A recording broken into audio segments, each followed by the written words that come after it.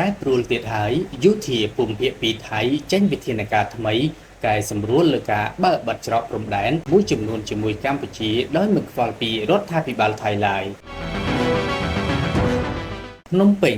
បន្ទាប់ពីការប្រកាសបិទច្រកទាំងអស់ជាមួយកម្ពុជាហើយនោះនៅពេលនេះយោធាភូមិភាគពីរបស់ថៃដែលគេដឹងថាដឹកនាំដោយឧត្តមសេនីយ៍ឯកប៊ុនសិទ្ធផាខ្លាំងបានចេញបទបញ្ជាថ្មីដោយកែសម្រួលលើការបើកបិទច្រកព្រំដែនមួយចំនួនជាមួយកម្ពុជាដោយមិនខ្វល់ពីរដ្ឋាភិបាលថៃឡើយមណ្ឌលប្រតិបត្តិការកងទ័ពភូមិភាគពីរបស់ថៃនៅថ្ងៃនេះបានចេញវិធានការអំពីការបើកបិទច្រកជាមួយកម្ពុជាដូចតទៅ1ព្រំដែនអន្តរជាតិឆောင်းចងភូមិដានស្រកកានឈឹងខេត្តសុរិនបើកបិទជារៀងរាល់ថ្ងៃចាប់ពីម៉ោង 6:00 នាទីព្រឹកដល់ម៉ោង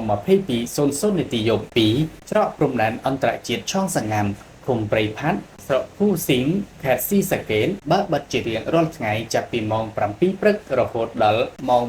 22:00 នាទីយប់3ច្រកតំបន់ពាណិជ្ជកម្មសៃតាគូឃុំចន្ទភេទស្រុកបានគ្រូតខេត្តបុរីរាមបើកបិទជារៀងរាល់ថ្ងៃចាប់ពីម៉ោង 8:00 នាទីព្រឹកដល់ម៉ោង 15:00 នាទីល្ងាចសូមបញ្ជាក់ថាកាលពីថ្ងៃទី 23 ខែមិថុនាឆ្នាំ 2025យោធាភូមិភាគពីរបស់ថៃបានចេញបញ្ជាឲ្យបិទច្រកព្រំដែនទាំងអស់ជាមួយកម្ពុជា